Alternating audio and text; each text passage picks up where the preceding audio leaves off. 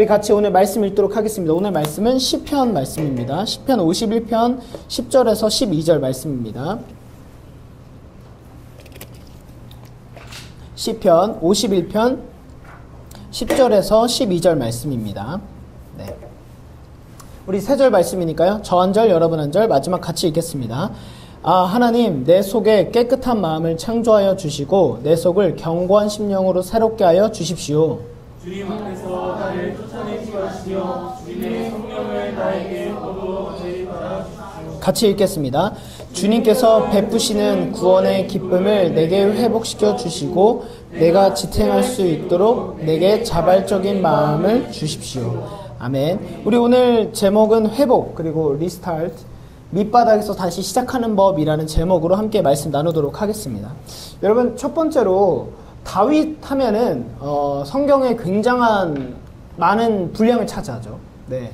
구약에서도 모세 다음으로 분량이 제일 많은 인물이고 다윗을 성경에서는 가장 많이 잘 알죠. 그러니까 교회 안 다니는 사람들도 다윗 이름은 들어봤지 않나 싶고 영화로도 많이 나오죠. 그리고 이제 아직 한국에는 없는데 보니까 외국 시리즈에 다윗 시리즈도 있더라고요. 외국 그 드라마에 뭐 애플 TV인가 거기서 한 거 같지.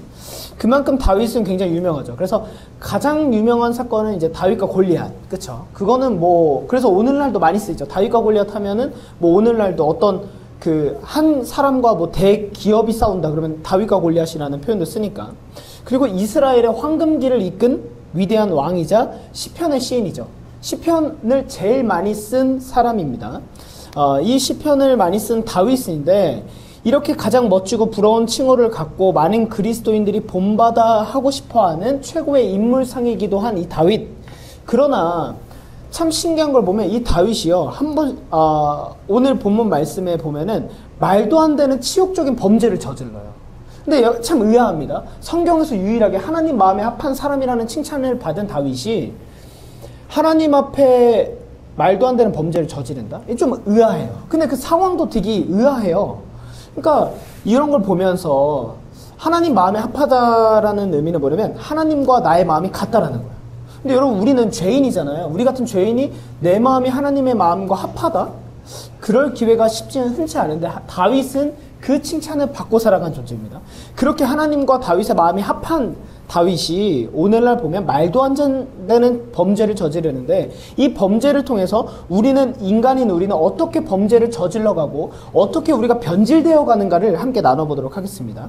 첫 번째로 사무엘하 말씀으로 가야 돼요. 같이 읽어보겠습니다. 시작. 그 다음에 몸에 왕들이 출전하는 때가 되자 다윗은 요압에게 자기의 부하들과 온 이스라엘의 군인들을 출전시켰다. 그들은 암몬 사람을 무찌르고 라빠를 포위하였다. 그러나 다윗은 예루살렘에 머물러 있었다. 네, 에어컨 그 바람 세기를 조금만 약하게만 한 번만 해주세요. 네, 다윗은 보십시오. 여기서 말씀이 뭐냐면 이 사무엘하 11장 말씀이 다윗이 범죄하는 사건에 담긴 말씀 이야기인데 여기 보면요, 우리가 아는 다윗 그리고 하나님 마음에 합한 자라고 하는 그 다윗의 모습과 조금 다른 모습들이 나타나요. 여기서부터 시작이에요. 보십시오. 그 다음에 봄에 뭐냐면 지금 다윗과 암논이라는 나라가 전쟁 중이었는데 사실 이스라엘이 거의 다 이미 승리하고 있었어요. 거의 승리를 하고 있었어요. 그래서 그 다음에 봄에 왕들이 출전할 때가 된 거예요. 이제 뭐냐면 다윗은요, 원래 늘 전쟁터에서 맨 뒤에 있던 왕입니까? 명령만 하던 왕입니까? 맨 앞에서 싸우던 왕입니까? 맨 앞에서 싸우던 왕이에요. 여러분, 영국은 그 왕권, 노블레스 오블리제 이런 게 중요하죠. 그래서 어떻게 합니까? 영국은 왕자들이 뭐 장교로 입관을 하고 최전방에서 싸우는 걸 통해서 정말 왕자들도 저렇게 하는구나를 보여주죠. 다윗은 그것을 이미 몸소 보여줬던 사람이에요. 여러분, 골리앗 다윗이 어떻게 때려잡았습니까? 나 골리앗 잡아야지 하고 이를 바랐으면 아니에요. 아빠가 시켰어요. 이세 아빠가 너 형들한테 도시락 갖다 줘라 해가지고 갔다가 막 우리 하나님과 이스라엘을 욕해요. 그런데 장군들도 다 쫄아서 이러고 있으니까 다윗이 거기 안에서 거룩한 분노를 입어가지고 가서 물맷돌 하나로 골리앗을 쓰러뜨려 버리죠. 이런 것처럼 다윗은요, 전쟁터에서 소년 시절이던 시절부터 맨 앞에 나와서 싸우던 사람이 다윗이었어요. 근데 여러분, 아이러니한 게 있습니다. 다윗은요, 그때 어떻게 나갔습니까? 이름도 유명하지 않은 사람이었어요. 누군지도 모르는 사람이 갑자기 나가서 꼬맹이가 돌로 3m가 되는 거인을 쓰러뜨렸죠. 그런 걸 보면 다윗은 이름이 유명하지 않았을 때 어쩌면 가장 강했습니다. 왜냐하면 누구의 힘을 가지고 나아갔기 때문이죠. 만군의 하나님 여호와의 힘으로 나아갔습니다. 그런데 오늘날 이 시대 때는요, 이 시대는 지금 다윗이 몇 살로 보고 있냐면 40대 후반에서 50대 초로 보고 있어요. 그러니까 다윗의 나이가 이제 황혼기로 저물어 가고 있고 가장 부강한 나라를 이루고 전쟁마다 다 승리를 하죠. 그런 상황 가운데 있는데 다윗이 전쟁터에서 맨 앞에 섰던 다윗, 그리고 왕들이 출전할 때가 됐는데 다윗은요, 요압에게 자기 부하들과 온 이스라엘 군대들을 맡겨서 출전을 시킵니다. 이때부터 변해간 거예요, 다윗이. 여러분 보십시오. 있어야 할 자리에 있지 않으면 그때부터 우리는 변해가기 시작을 합니다. 보십시오. 예배를 드려야 될 사람이 예배의 자리에 있지 않다. 이건 어떤 의미일까요? 변해간다라는 것입니다. 회복의 중요한 부분들은 있어요. 뭐냐면 물론 회복을 하기 위해서는 문제가 있어야겠죠. 문제가 없으면 더 좋겠지만 내 삶에 지금 어려움과 힘든 시간들, 하나님과의 관계가 많이 무너진 것 같고 어려운 시간들을 겪고 있다면요, 일단 내가 있어야 될 자리, 지켜야 할 자리를 먼저 지키는 것부터 시작입니다. 건강을 회복해야 돼요. 그럼 어떻게 해야 될까요? 누워만 있던 삶을 일으켜야 돼요. 그렇죠? 운동 조금이라도 해야 돼요. 전 러닝을 이제 매일 하니까 러닝을 하다 보면은 컨디션이 안 좋아요. 근데 이제 제가 그 UFC 김동현 선수가 이런 꿀팁을 줬어요. 이거는 진짜 자기가 진짜 운동을 꾸준히 할 수 있는 팁이래요. 뭐냐면 오늘도 가서 진짜 열심히 하지, 이게 아니라 그냥 가서 조금만 하다 오자, 이 생각으로 일단 가기만 하면 열심히 한대요. 근데 그렇지 않습니까? 저도 예를 들면 너무 피곤해요. 그러면 오늘은 내가 평소 5km, 컨디션 좋을 때 10km 뛰는데 오늘은 3km만 뛰자 하고 뛰다 보면요, 좋은데? 좀 더 뛰어야겠다. 이렇게 돼요. 그러니까 뭐 대단한 걸 해야지 하는 게 아니라 그냥 일단 내가 있어야 될 자리, 약속했던 그 자리로 나아가는 것을 회복의 시작이라는 것입니다. 근데 다윗은 그 자리에 있지 않았어요. 그러니까 어떻게 됩니까? 다윗은 여기서 보내다, 출전시켰다, 보내다 이런 표현들이 있는데 이 표현이요 14번이나 쓰입니다. 다윗은요, 보내는 사람이 아니었어요. 자기가 제일 먼저 나가는 사람이었어요. 나가고 나를 따르라 하는 사람이었어요. 왜냐? 나는 하나님의 이름으로 나아가니까 다 나만 쫓아와. 그러면 하나님께서 우리를 다 보호하실 거예요. 이거였는데 다윗이 맨 왕궁에 예루살렘 왕궁에서 이제 편히 쉬면서 보내놓고 그 자리에 가만히 있는 거예요. 그러니까 여러분 참 이상하지 않습니까? 하나님 마음에 합한 다윗이 왜 이렇게 끔찍한 범죄를 저질러 갔을까를 보면요, 다윗 마음에는 뭔가 스멀스멀 드는 마음이 있었던 거예요. 그게 뭐냐면 자기연민이에요. 자기연민. 무슨 의미냐면, 자 보십시오. 다윗은요, 왕으로서 이스라엘을 사랑했고 이스라엘을 위해서 헌신하고 희생했습니다. 그래서 다윗은 어떻게 했냐면 정략 결혼을 했어요. 이거 정략 결혼은 뭐냐면 이스라엘이라는 나라를 더 부강하게 하기 위해서 전쟁을 한 다음에 뭐 승리를 하거나 아니면 이방 나라들과 끊임없이 계약 결혼을 하는 거예요. 그럼 계약 결혼을 하면 어떻게 됩니까? 예를 들면 갑자기 계약 결혼을 했어요. 근데 그 나라가 우리나라를 쳐들어올 수 있어요? 없죠. 왜냐면 그 딸을 나는 이미 결혼이라는 명목하에 이제 이렇게 데리고 있는 거죠. 그 나라에서 보호하고 있는 거죠. 그러면 치면 이 딸을 죽이겠다 이거잖아요. 이런 정략 결혼을 계속합니다. 근데 여러분 성경에서는 일부 일처제를 만드셨죠. 하나님께서. 그렇죠? 일부 다처제를 만들지 않으셨습니다. 그래서 많은 사람들과 결혼하는 거 허락치 않으셨어요. 근데 다윗은 어떻게 합니까? 많은 사람들과 결혼을 합니다. 이건 뭐냐면 시대적인 문화적인 죄인 것도 있어요. 무슨 의미냐면 그 당시에는 많은 나라들이 그렇게 했어요. 그러니까 다윗도 그렇게 했습니다. 근데 여러분 우리가 인지해야 될 게 있어요. 우리가 하나님을 사랑하고 믿는 사람이라고 하면 다 그렇게 한다고 우리도 그렇게 할 것입니까? 아니죠. 우리는 지켜야 될 게 명확하게 있는 거죠. 그런 삶을 살아가는데 다윗은 계속해서 그렇게 지어가고, 근데 다윗은요 첫 번째 결혼을 누구랑 했냐면 사랑하는 사람과 하지 않았어요. 사울의 딸 미갈과 했어요.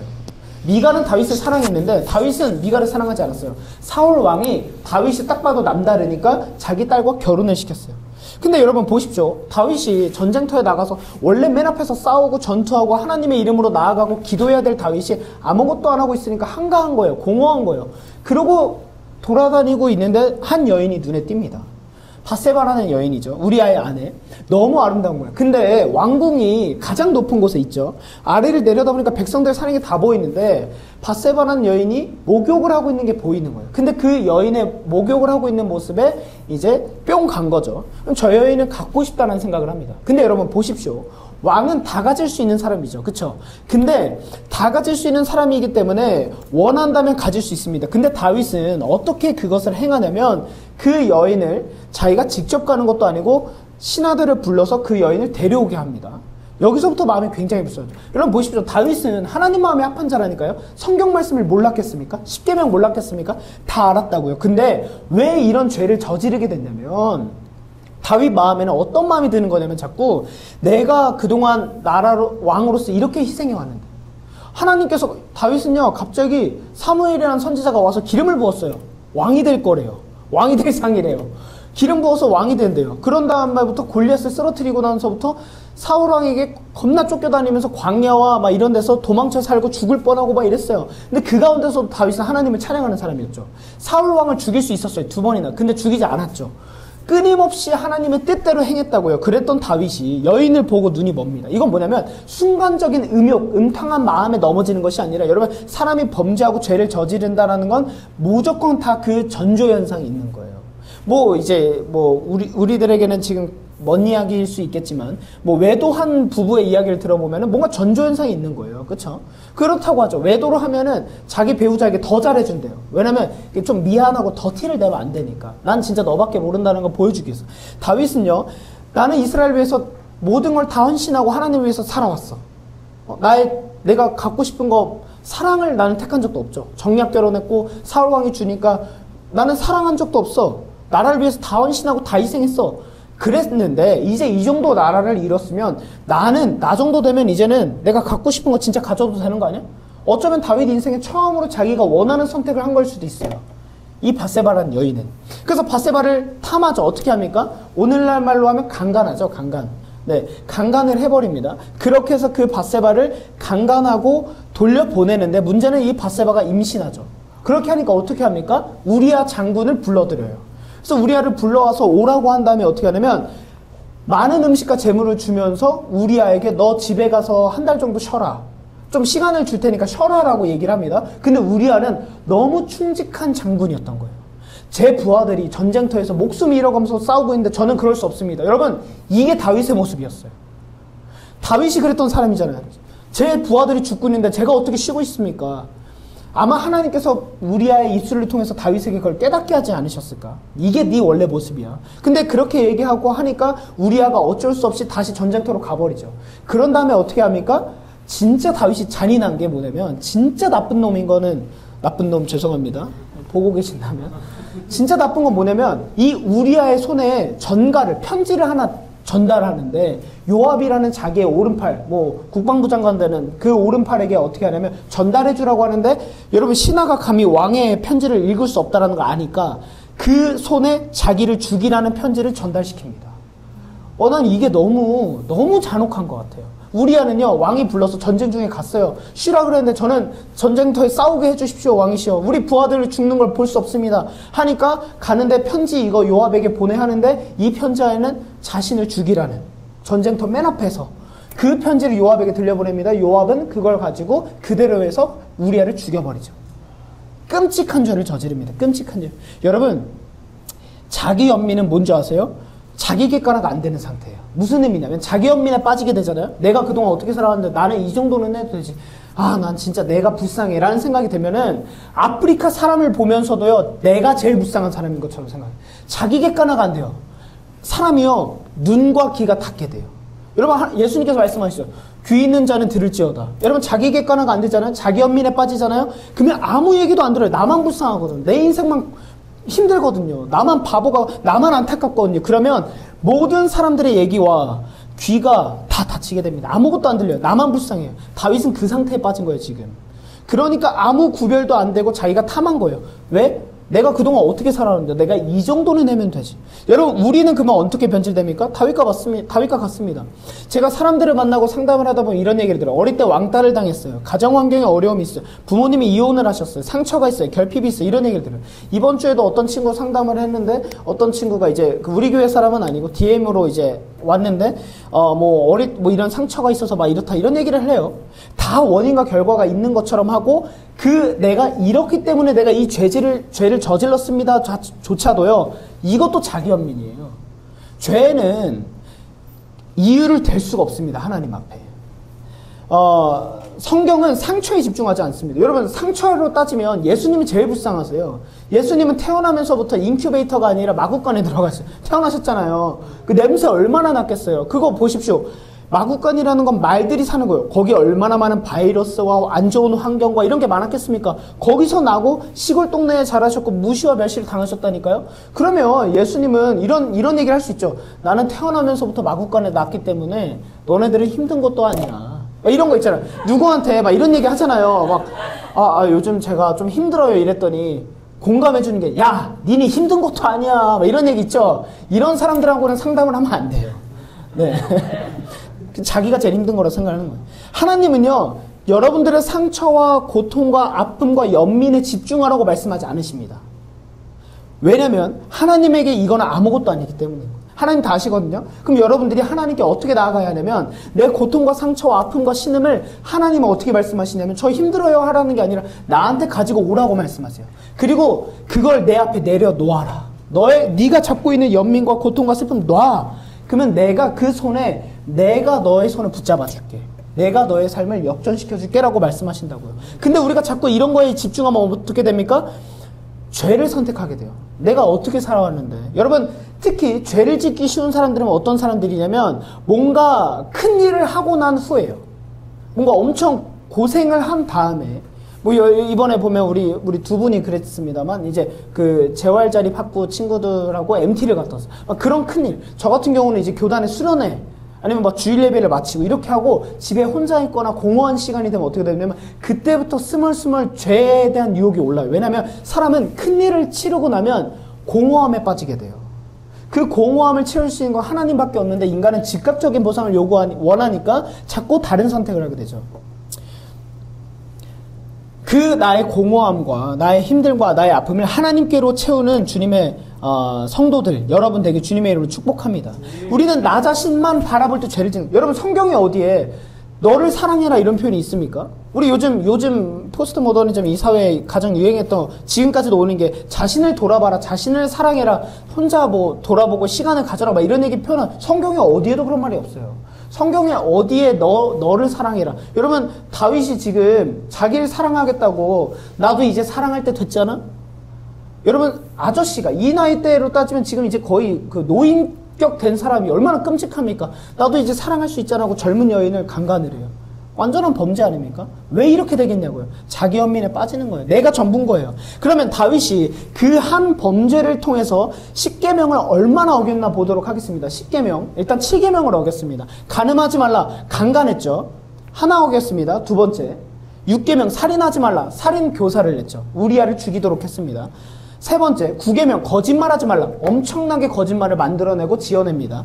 그 다음에 또 하나가 있습니다. 이웃의 아내를 탐내지 말라는 10계명을 어기죠. 10번째 계명, 충성스러운 우리아의 아내를 빼앗고 탐냈죠. 그 다음에 또 하나가 있습니다. 1계명, 나 외에 다른 신을 내게 두지 말라는 10계명 중에 절반을 어겨버립니다.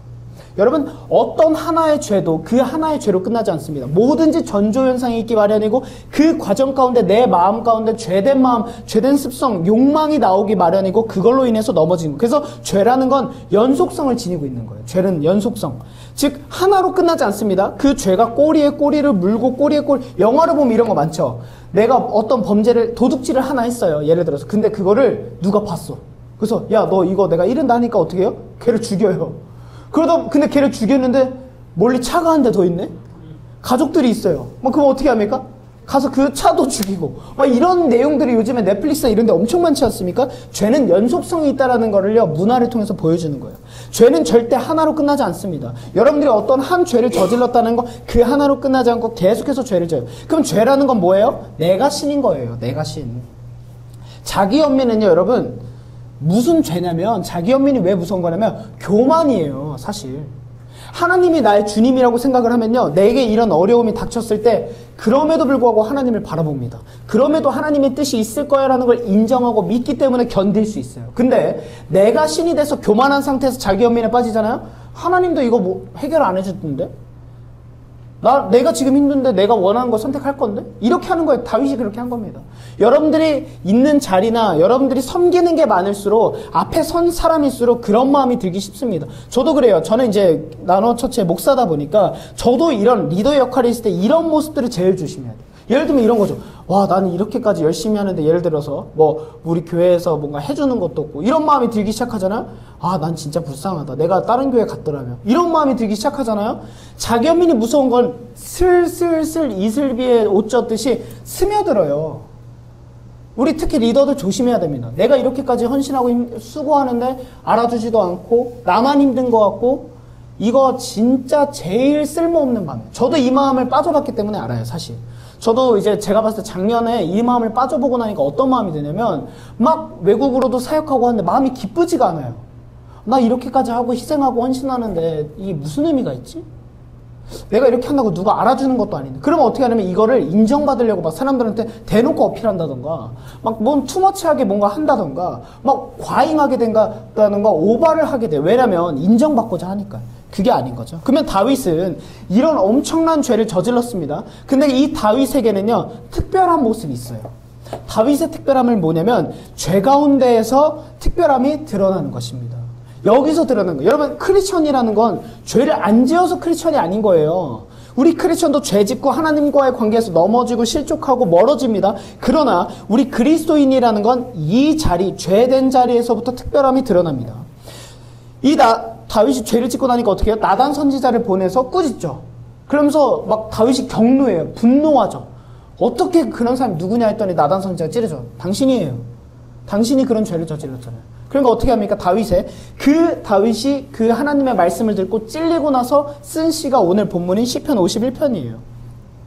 먼저 말씀 한번 보도록 하겠습니다. 51편 1절입니다. 같이 읽어주시겠습니다. 시작. 하나님, 주님의 한결같은 사랑으로 내게 자비를 베풀어 주십시오.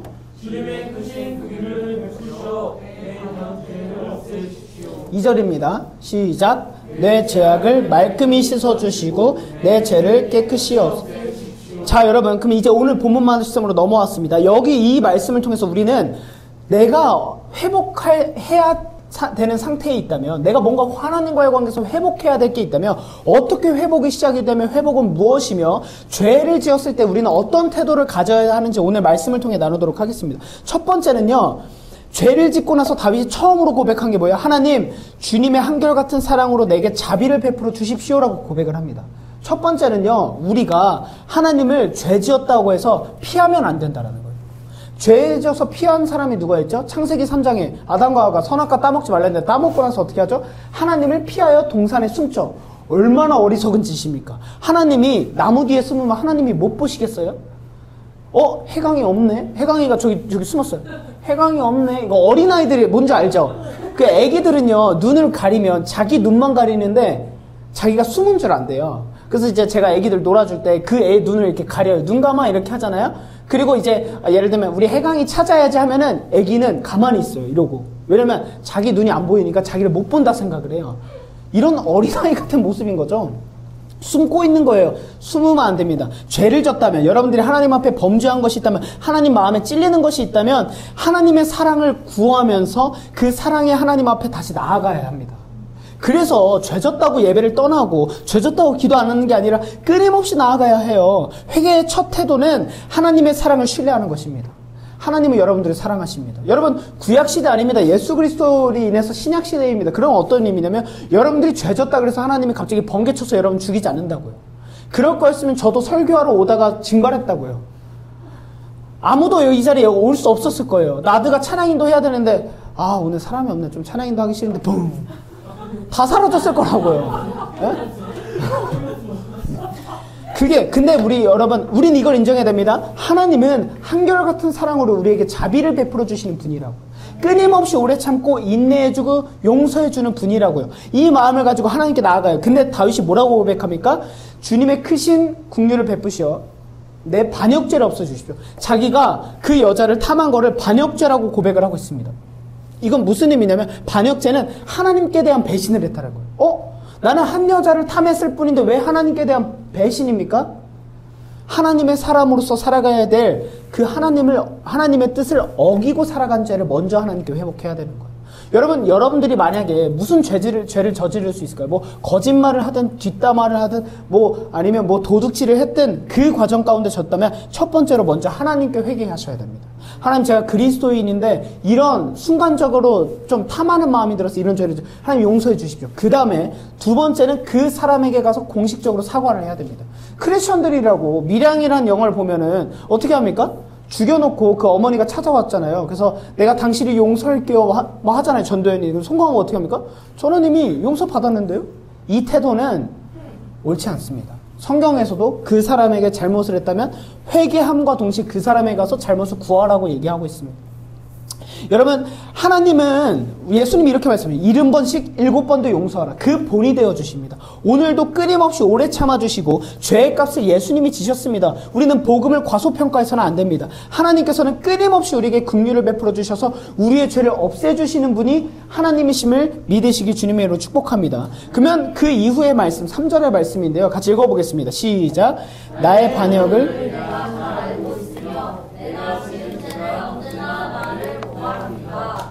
지금 보십시오. 다윗은 자기 죄에 있어서 어떤 핑계와 변명도 안 짓습니다. 그쵸? 죄를 짓기 전엔 자기 연민에 빠져서 했는데요. 하나님께서 깨달음을 주시니까 어떻게 합니까? 하나님 앞에 완전 엎드려요. 하나님, 저는 반역죄를 졌습니다. 하나님께 죄를 졌습니다. 저는 제 반역을 제가 알고 있습니다. 핑계 안 냅니다. 뭐 우리 같은 경우 이럴 수 있잖아요. 하나님, 제가 그래도 이 정도는 하나님 용서해 주셔야 되는 거 아닙니까? 이 정도는 해주셔야죠. 뭐 예를 들면 제가 하나님께 만약에 제가 목사인데 11조를 안 해요. 하나님, 제가 그래도 힘든데 11조 안 하는 거 정도는 이해해 주셔야지. 이런 마음이 우리에게 들 수 있다니까. 인간이니까. 이거 자체가 나쁘다라는 거가 아니에요. 근데 만약에 하나님께서 그걸 깨닫게 하셨다라고 한다면 그 지점에서 하나님 앞에 어떻게 합니까? 철저하게 시작을 하는 것이 신앙인인 거예요. 뭐 제가 지금 여러분들에게 뭐 11조 안 한다고 뭐 그런 얘기를 하는 것이 아니라 하나님께서 여러분들에게 무엇이든지 깨달음과 은혜를 주시는 타이밍이 있다면 그 시점부터 다시 시작하길 주님의 이름으로 축복합니다. 그것이 오늘이 아닐 수도 있고 언제가 될 수 있지만 여러분들 삶에서 아직 시작하지 못하고 회복해야 될 것이 있다면 언젠가 하나님께서 그 은혜를 주실 때 다시 시작하면 된다라는 거예요. 하나님은 자비의 하나님, 사랑의 하나님이시기 때문입니다.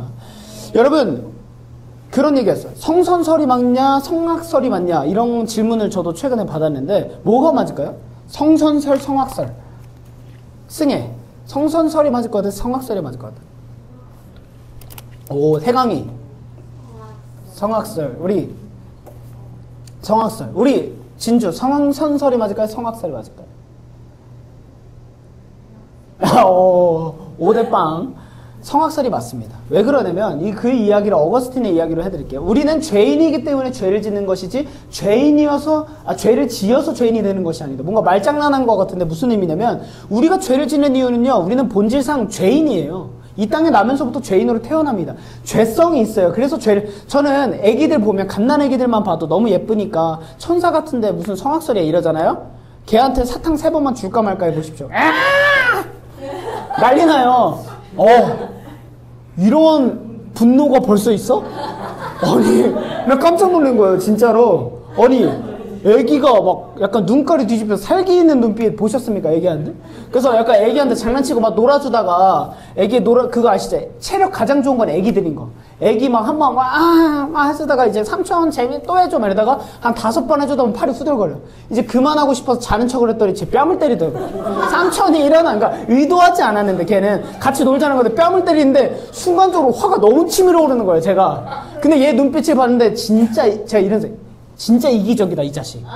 성악설이 맞다. 죄인이기 때문에 죄를 지는. 그러니까 여러분 그걸 인정하실 필요 있어요. 여러분들이 죄를 지어서 난 진짜 왜 그래 죄인이.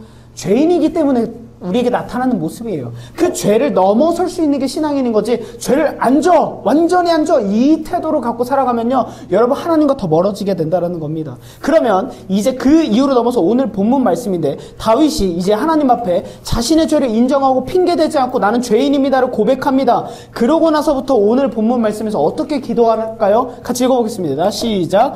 하나님 깨끗한 마음을 창조하여 주시고 내 속을 견고한 심령으로 새롭게 하여 주십시오.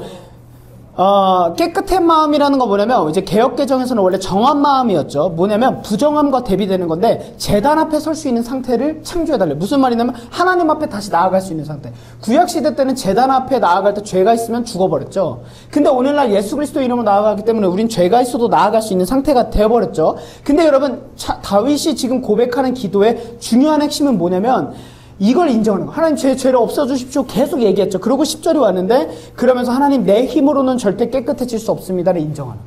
그러니까 저는 피조물일 뿐이고 전 죄인일 뿐입니다를 인정하고 나의 노력으로는 죄가 제거되지 않습니다. 그러니 하나님 제 마음에 깨끗한 마음을 창조하여 주십시오라고 기도하고 있는 거예요. 그러면서 다윗은 내가 할 수 없다는 걸 인정하면서 그 다음에 뭐라고 하냐면 견고한 심령이라고 하는데 이거 견고한 심령이라는 단어는 뭐냐면요. 하나님께서 흙으로 사람을 빚으시고 그 코에 뭘 넣어주시죠? 생기를 넣어주시죠. 그 말씀이에요. 다시 나에게 하나님으로 인한 견고한 생기를 다시 한번 새롭게 해주십시오. 나를 다시 살아있는 상태로 만들어달라 이거예요. 여러분 죄와 가까워지면 어떻게 됩니까? 사람이 죽은 것처럼 돼요. 기쁨이 없어져요. 활력이 없어져요. 예배드리면서도 찬양하면서도 기쁨이 없어요. 왜 그럴까요? 우리의 마음이 무너지고 하나님과의 관계가 멀어져 있으면 우리 마음에 기쁨이 없다니까요. 그러면서 11절 말씀 보도록 하겠습니다. 시작. 주님 앞에서 나를 쫓아내지 마시며 주님의 심령을 나에게서 거두어가지 말아주십시오. 여러분 다윗이 두려워하는 건 뭐냐면 자기가 죄를 짓고 나서 하나님 저 지옥 갈까봐 두렵습니다가 아니에요. 지금 뭐냐면 다윗이 두려워하는 건 뭐냐면 주님의 성령이 나에게서 떠날까봐 두려워하고 있습니다. 왜냐면 다윗은 자기 눈으로 봤어요. 자기 앞에 왕인 사울이 하나님께 선택받았던 사울이 하나님과 멀어지고 성령이 사울을 떠나니까 어떻게 돼요?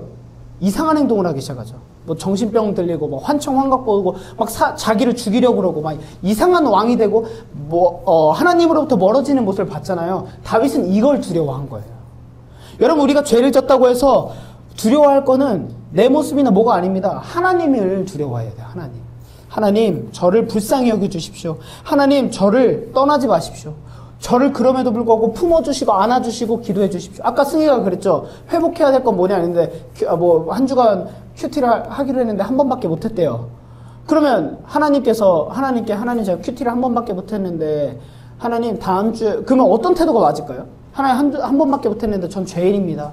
저는 할 수 없어요. 이런 태도가 맞을까요? 하나님 이번 주에 한 번밖에 못했어요. 저는 이렇게 연약해요. 그러나 다음 주에는 2번, 3번 조금씩 나아질 수 있는 태도를 갖게 해주세요가 맞은 표현일까요?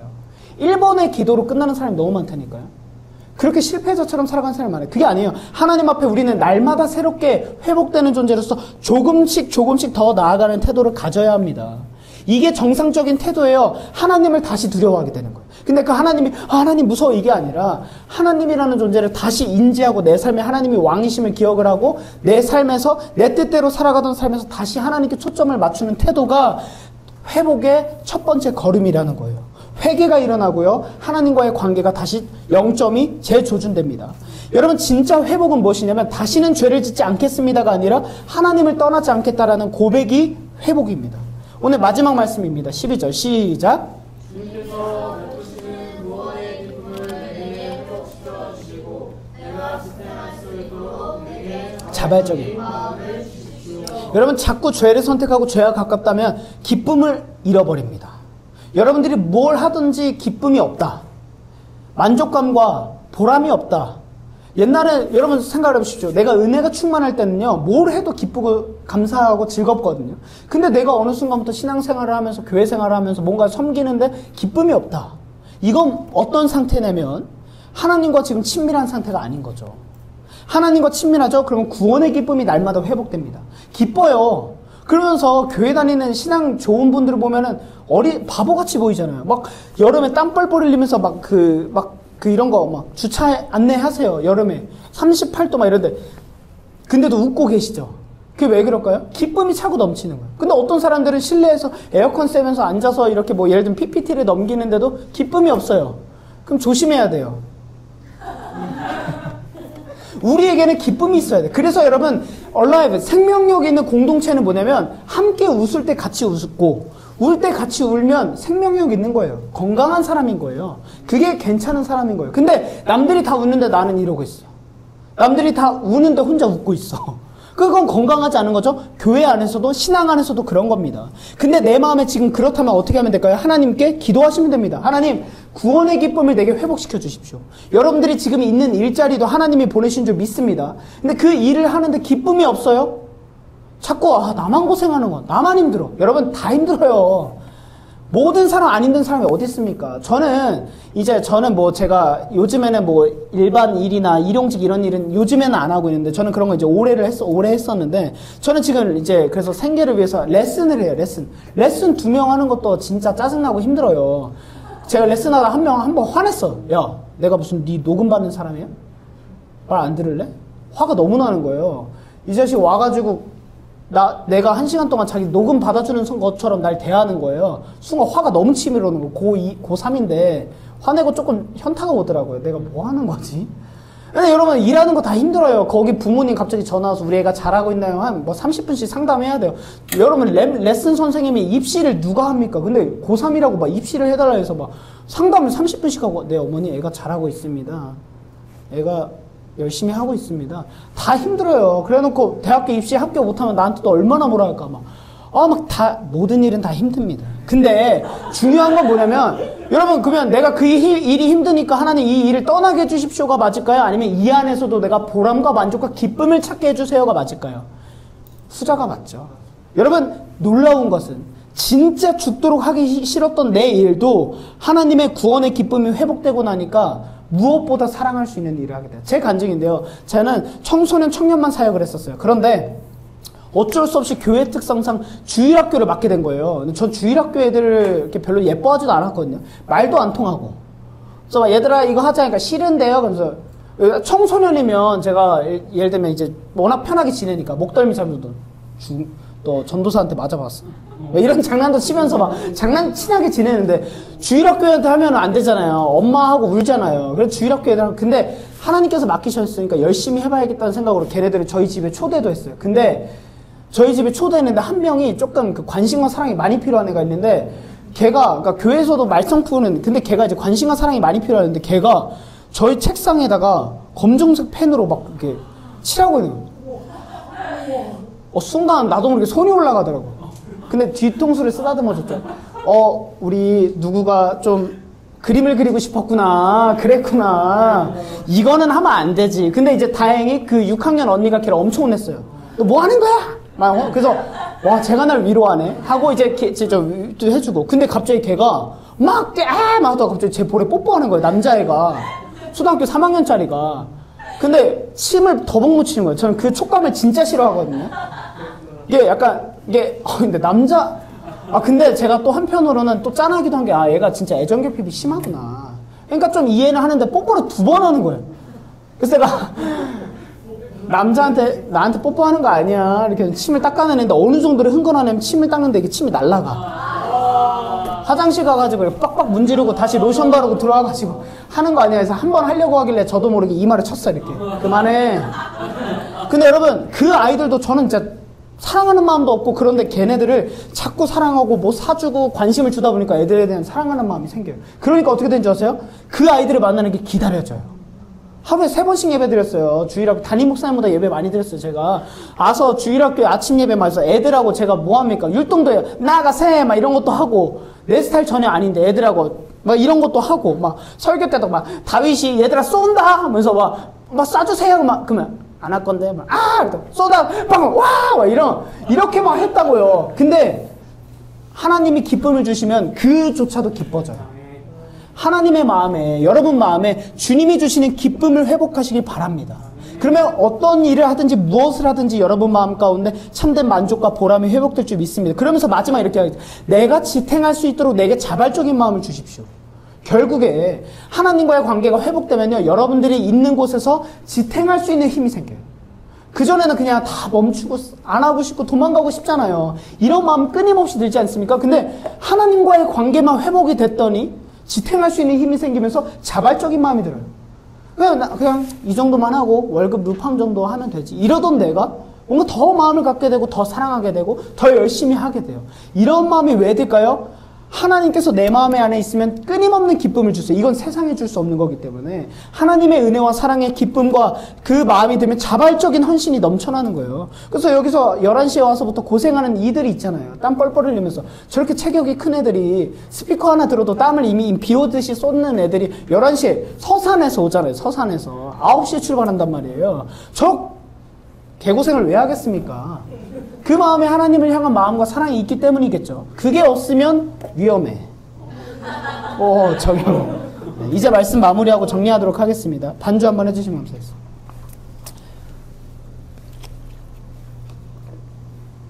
여러분, 우리는 사실 날마다 회복되어야 돼요. 여러분들이 어떤 상황에 놓여서만이 아니라 날마다 매일매일 회복되어야 합니다. 왜냐하면 회복은요, 우리는 이렇게 착각해요.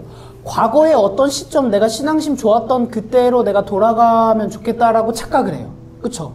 예를 들면 여러분들이 만약에 고2 때 예수님을 처음으로 인격적으로 만났어요. 처음으로 인격적으로 만나고 처음 은혜를 받으면 어떻습니까? 진짜 세상을 다 가진 것 같고 막 다 줄 수 있고 다 할 수 있을 것 같죠? 근데 하나님은요, 그 어떤 사람에게도 과거로 회개하라고 말씀하신 적이 없습니다.